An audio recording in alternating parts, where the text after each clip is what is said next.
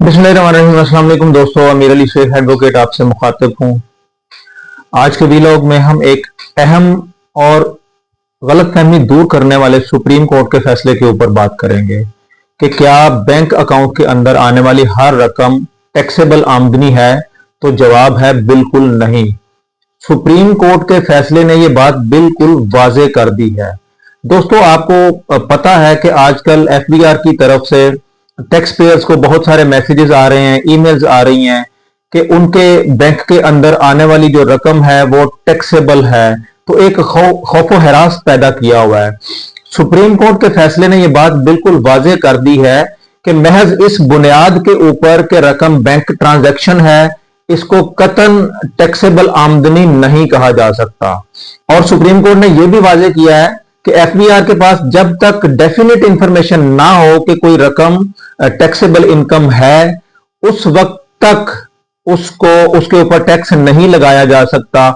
अब ये definite information क्या है और आमतौर पे किन रकूम के ऊपर टैक्स नहीं लगाया जा सकता, आपने अपने बैंक अकाउंट को कंट्रोल कैसे करना है, और सुप्रीम कोर्ट ने किन कानूनी नुकात को इस फैसले के अंदर वाजे किया है, आज के वीलॉग के अंदर हम इसके ऊपर बात करेंगे। सबसे पहले हम बात करते हैं कि डेफिनेट इंफॉर्मेशन क्या है। कानूनी तौर पे जब तक किसी टैक्स ऑफिशियल के पास कोई एविडेंस या सबूत ना हो कि कोई खास रकम आपकी सैलरी इनकम है, या बिजनेस की सेल से आई है, या आपकी प्रोफेशनल सर्विसेज का मुआवजा है, या वो अनडिस्क्लोज्ड इनकम है, यानी आपने वो महकमे से वो इनकम छुपाई है, जब तक एफबीआर के पास इस चीज का सबूत ना हो तब तक वो आपके खिलाफ एक्शन नहीं ले सकता। महज मफरूजे की बुनियाद के ऊपर किसी भी रकम को वो टैक्सेबल इनकम करार नहीं दे सकता। ये है डेफिनेट इंफॉर्मेशन।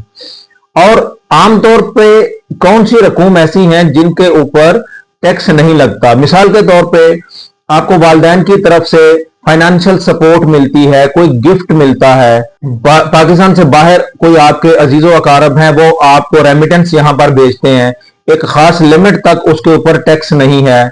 कोई आपकी पुरानी प्रॉपर्टी या गाड़ी जो आपने पहले टैक्स गोशवारों में डिक्लेयर की हुई थी, अब वो आपने बेची है और उसकी रकम आपके अकाउंट में आई है, या कोई भी ऐसी रकम जिसके ऊपर पहले ही आपने टैक्स दिया हुआ है और वो दोबारा से सर्कुलेट हुई है आपके अकाउंट के अंदर, तो इस तरह की जो रकूम है उनके ऊपर एफबीआर टैक्स नहीं लगा सकता। ये वो कानूनी चीजें हैं जो आपको पता होनी जरूरी है। अब एफबीआर का जो सुप्रीम कोर्ट का जो फैसला है उसके अंदर किन कानूनी नुकात को वाजे किया गया है। सबसे पहले तो ये कि हर जो बैंकिंग ट्रांजैक्शन है उसको महज इस बुनियाद के ऊपर कि वो बैंक के अंदर रकम आई है टैक्सेबल करार नहीं दिया जा सकता। अब दूसरी बात यह है कि मफरूजे के ऊपर कोई भी ऑफिशियल आपकी रकम को टैक्स नहीं कर सकता, और आपको हर रकम को एक्सप्लेन करने का आपको मौका मिलना जरूरी है। अपॉर्चुनिटी ऑफ हियरिंग जो है वो आपका फंडामेंटल राइट है, और कोई भी टैक्स ऑफिशियल वजह बताए बगैर आपके मौकफ को रिजेक्ट नहीं कर सकता। अच्छा, इस फैसले के मुताबिक कतन किसी भी बंदे को टैक्स चोरी का कोई तहफ़्फ़ुज़ हासिल नहीं है कि अब चूंकि सुप्रीम कोर्ट ने यह कह दिया है कि आपकी बैंक की किसी रकम को महज बैंकिंग ट्रांजैक्शन की बुनियाद पे टैक्स नहीं किया जा सकता, तो आप किसी तरह की भी रकम अपने अकाउंट के अंदर रूट होने दें, इसका कतन ये मकसद नहीं है।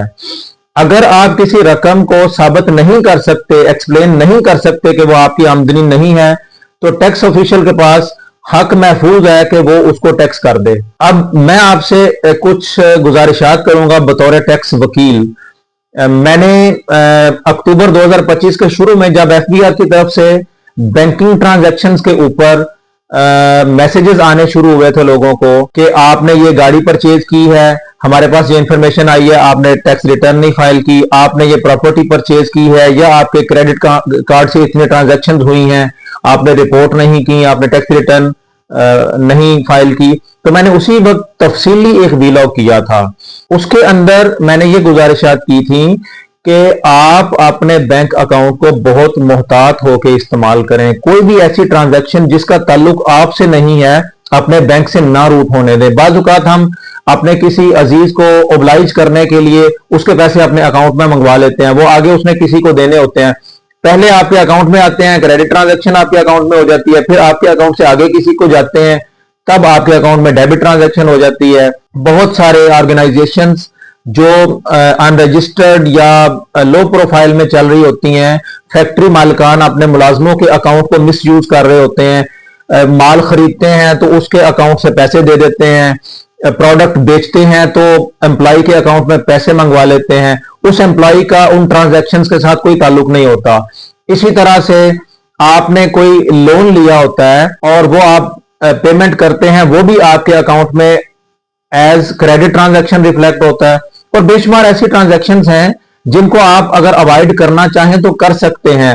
وہ ان نیسیسریلی اپنے اکاؤنٹ میں روٹ مت ہونے دیں، کیونکہ جب آپ کو نوٹس آتا ہے آپ کو ہر ایک ٹرانزیکشن کو ثابت کرنا پڑے گا کہ وہ آپ کی انکم ہے یا نہیں ہے.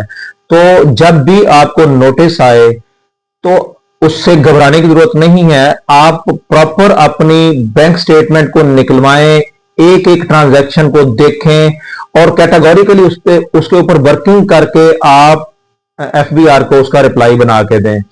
اور امید ہے کہ اس طرح سے آپ ایف بی آر کے نوٹس کو ڈیفینڈ بھی کر سکیں گے اور اپنے بینک کو انتہائی محتاط ہو کے استعمال کریں. امید ہے کہ یہ آج کا ویلاگ اور یہ انفارمیشن آپ کے لیے کافی مفید ہوگی. یہ انفارمیشن آپ کو پسند آئی ہوگی. تمام دوستوں کے ساتھ اس کو ضرور شیئر کریں تاکہ سپریم کورٹ کے فیصلے کے مطابق جو انہیں قانونی تحفظ ملا ہے وہ ان کو پتہ چل سکے. اور ہمارے چینل کو بھی ضرور سبسکرائب کریں تاکہ آنے والی جو اپڈیٹس ہیں ٹیکس کے حوالے سے ان سے آپ کو آگاہ کیا جا سکے. Thank you very much.